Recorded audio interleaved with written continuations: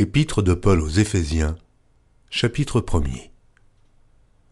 Paul, apôtre de Jésus-Christ, par la volonté de Dieu, aux saints qui sont à Éphèse et aux fidèles en Jésus-Christ, que la grâce et la paix vous soient données de la part de Dieu notre Père et du Seigneur Jésus-Christ. Béni soit Dieu, le Père de notre Seigneur Jésus-Christ, qui nous a bénis de toutes sortes de bénédictions spirituelles dans les lieux célestes en Christ. En lui, Dieu nous a élus avant la fondation du monde, pour que nous soyons saints et irrépréhensibles devant lui, nous ayant prédestinés dans son amour à être ses enfants d'adoption par Jésus-Christ, selon le bon plaisir de sa volonté, à la louange de la gloire de sa grâce qu'il nous a accordée en son bien-aimé. En lui, nous avons la rédemption par son sang, la rémission des péchés selon la richesse de sa grâce, que Dieu a répandue abondamment sur nous par toute espèce de sagesse et d'intelligence, nous faisant connaître le mystère de sa volonté, selon le bienveillant dessein qu'il avait formé en lui-même, pour le mettre à exécution lorsque les temps seraient accomplis, de réunir toutes choses en Christ, celles qui sont dans les cieux et celles qui sont sur la terre. En lui, nous sommes aussi devenus héritiers, ayant été prédestinés suivant la résolution de celui qui opère toutes choses d'après le conseil de sa volonté, afin que nous servions à la louange de sa gloire, nous qui d'avance avons espéré en Christ. En lui, vous aussi, après avoir entendu la parole de la vérité, l'évangile de votre salut, en lui vous avez cru, et vous avez été scellés du Saint-Esprit qui avait été promis, lequel est un gage de notre héritage, pour la rédemption de ceux que Dieu s'est acquis à la louange de sa gloire. C'est pourquoi, moi aussi, ayant entendu parler de votre foi au Seigneur Jésus et de votre charité pour tous les saints, je ne cesse de rendre grâce pour vous, faisant mention de vous dans mes prières, afin que le Dieu de notre Seigneur Jésus-Christ, le Père de gloire, vous donne un esprit de sagesse et de révélation dans sa connaissance, et qu'il illumine les yeux de votre cœur pour que vous sachiez quelle est l'espérance qui s'attache à son appel, quelle est la richesse de la gloire de son héritage qu'il réserve aux saints, et quelle est envers nous qui croyons l'infinie grandeur de sa puissance, se manifestant avec efficacité par la vertu de sa force. Il l'a déployé en Christ, en le ressuscitant des morts et en le faisant asseoir à sa droite dans les lieux célestes, au-dessus de toute domination, de toute autorité, de toute puissance, de toute dignité et de tout nom qui se peut nommer non seulement dans le siècle présent, mais encore dans le siècle à venir. Il a tout mis sous ses pieds, et il l'a donné pour chef suprême à l'Église qui est son corps, la plénitude de celui qui remplit tout en tous. Épître de Paul aux Éphésiens, chapitre 2. Vous étiez morts par vos offenses et par vos péchés, dans lesquels vous marchiez autrefois, selon le train de ce monde, selon le prince de la puissance de l'air, de l'esprit qui agit maintenant dans les fils de la rébellion. Nous tous aussi, nous étions de leur nombre, et nous vivions autrefois selon les convoitises de notre chair, accomplissant les volontés de la chair et de nos pensées, et nous étions par nature des enfants de colère, comme les autres.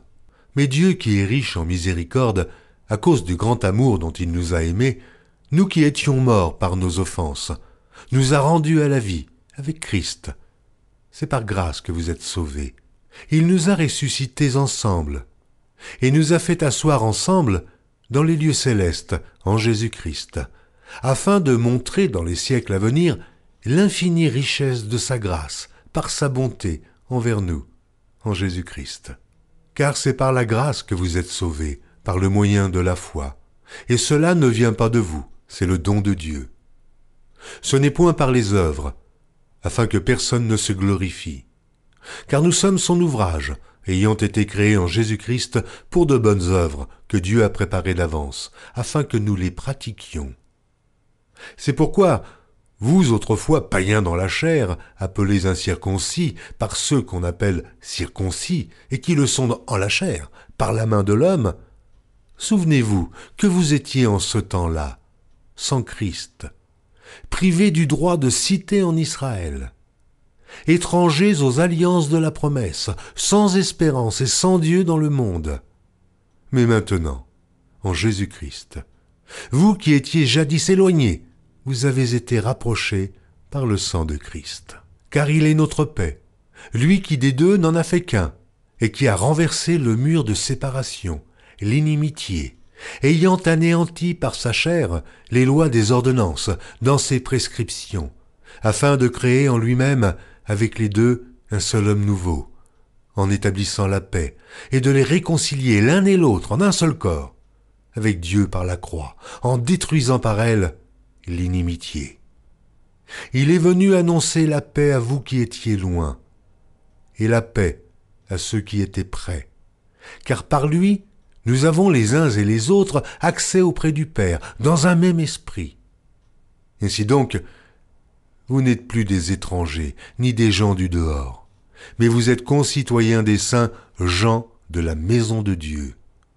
Vous avez été édifiés sur le fondement des apôtres et des prophètes, Jésus-Christ lui-même étant la pierre angulaire.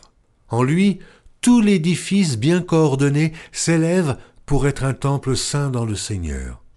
En lui, vous êtes aussi édifiés pour être une habitation de Dieu, en esprit. Épître de Paul aux Éphésiens, chapitre 3. À cause de cela, moi, Paul, le prisonnier de Christ pour vous, païens, si du moins vous avez appris quelle est la dispensation de la grâce de Dieu qui m'a été donnée pour vous, c'est par révélation que j'ai eu connaissance du mystère sur lequel je viens d'écrire en peu de mots. En les lisant, vous pouvez vous représenter l'intelligence que j'ai du mystère de Christ. Il n'a pas été manifesté aux fils des hommes pendant les autres générations, comme il a été révélé maintenant par l'Esprit aux saints apôtres et prophètes de Christ. Ce mystère, c'est que les païens sont cohéritiers, forment un même corps et participent à la même promesse en Jésus-Christ par l'Évangile, dont j'ai été fait ministre selon le don de la grâce de Dieu qui m'a été accordé par l'efficacité de sa puissance. À moi, qui suis le moindre de tous les saints, cette grâce a été accordée d'annoncer aux païens les richesses incompréhensibles de Christ, et de mettre en lumière quelle est la dispensation du mystère caché de tout temps en Dieu qui a créé toutes choses, afin que les dominations et les autorités dans les lieux célestes connaissent aujourd'hui par l'Église la sagesse infiniment variée de Dieu, selon le dessein éternel qu'il a mis à exécution par Jésus-Christ notre Seigneur, en qui nous avons, par la foi en lui, la liberté de nous approcher de Dieu avec confiance. Aussi je vous demande de ne pas perdre courage à cause de mes tribulations pour vous. Elles sont votre gloire. À cause de cela, je fléchis les genoux devant le Père, duquel tire son nom toute famille, dans les cieux et sur la terre, afin qu'il vous donne, selon la richesse de sa gloire, d'être puissamment fortifié par son esprit dans l'homme intérieur, en sorte que Christ habite dans votre cœur par la foi, afin qu'étant enraciné et fondé dans l'amour, vous puissiez comprendre avec tous les saints quelle est la largeur, la longueur, la profondeur et la hauteur, et connaître l'amour de Christ, qui surpasse toute connaissance, en sorte que vous soyez remplis jusqu'à toute la plénitude de Dieu.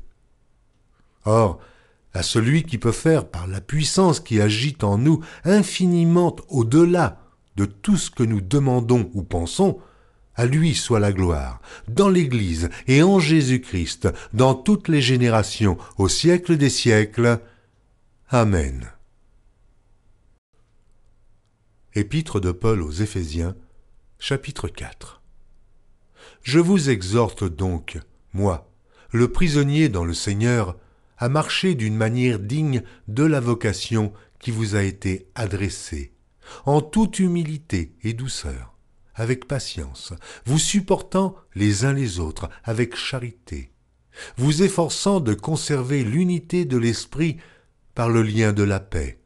Il y a un seul corps et un seul esprit, comme aussi vous avez été appelés à une seule espérance par votre vocation. Il y a un seul Seigneur, une seule foi, un seul baptême, un seul Dieu et Père de tous, qui est au-dessus de tous et parmi tous et en tous. Mais à chacun de nous, la grâce a été donnée selon la mesure du don de Christ. C'est pourquoi il est dit, étant monté en haut, il a emmené des captifs et il a fait des dons aux hommes. Or, que signifie « il est monté » sinon qu'il est aussi descendu dans les régions inférieures de la terre. Celui qui est descendu, c'est le même qui est monté au-dessus de tous les cieux afin de remplir toutes choses. Et il a donné les uns comme apôtres, les autres comme prophètes, les autres comme évangélistes, les autres comme pasteurs et docteurs, pour le perfectionnement des saints en vue de l'œuvre du ministère et de l'édification du corps de Christ, jusqu'à ce que nous soyons tous parvenus à l'unité de la foi et de la connaissance du Fils de Dieu, à l'état d'homme fait, à la mesure de la stature parfaite de Christ, afin que nous ne soyons plus des enfants, flottants et emportés à tout vent de doctrine, par la tromperie des hommes, par leur ruse dans les moyens de séduction, mais que, professant la vérité dans la charité, nous croissions à tous égards en celui qui est le chef, Christ. C'est de lui, et grâce à tous les liens de son assistance, que tout le corps, bien coordonné et formant un solide assemblage, tire son accroissement selon la force qui convient à chacune de ses parties, et s'édifie lui-même dans la charité. Voici donc ce que je dis, et ce que je déclare dans le Seigneur. C'est que vous ne devez plus marcher comme les païens, qui marchent selon la vanité de leurs pensées. Ils ont l'intelligence obscurcie. Ils sont étrangers à la vie de Dieu, à cause de l'ignorance qui est en eux, à cause de l'endurcissement de leur cœur. Ayant perdu tout sentiment, ils se sont livrés à la dissolution, pour commettre toute espèce d'impureté, jointe à la cupidité. Mais vous, ce n'est pas ainsi que vous avez appris Christ.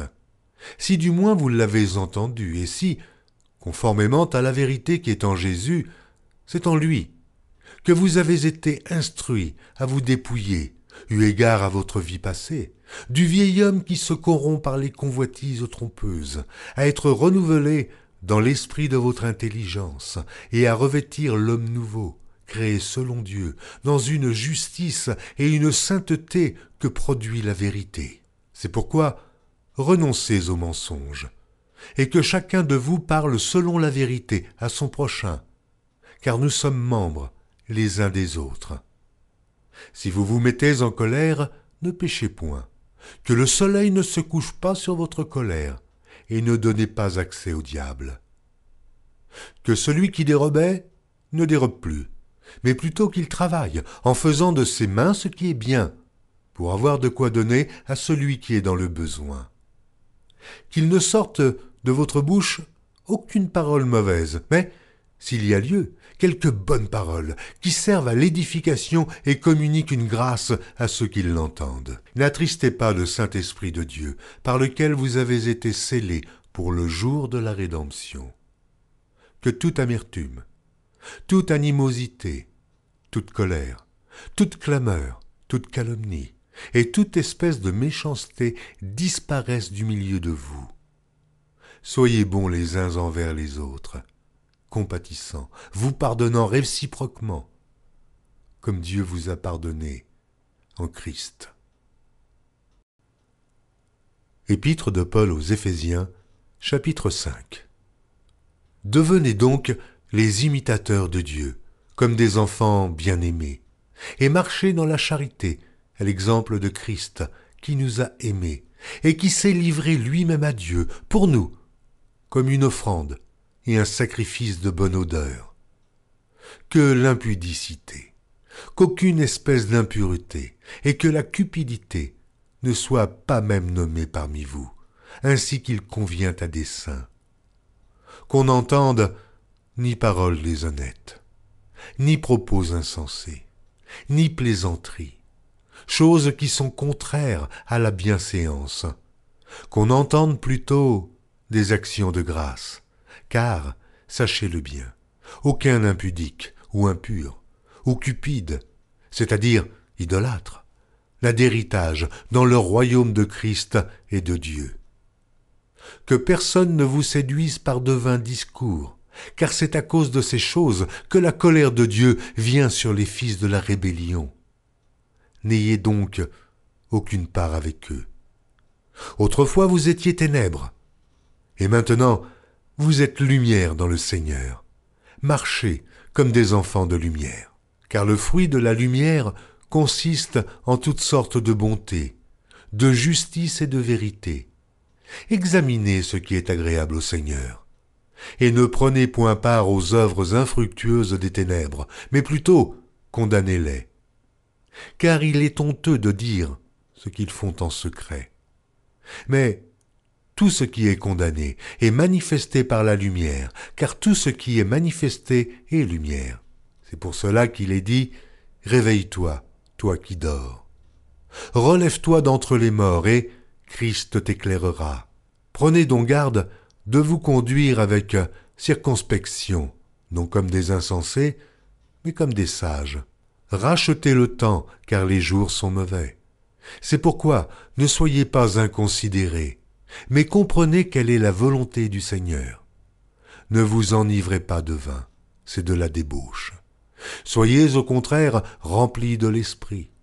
Entretenez-vous par des psaumes, par des hymnes et par des cantiques spirituels, chantant et célébrant de tout votre cœur les louanges du Seigneur. Rendez continuellement grâce pour toutes choses à Dieu le Père, au nom de notre Seigneur Jésus-Christ, vous soumettant les uns aux autres dans la crainte de Christ.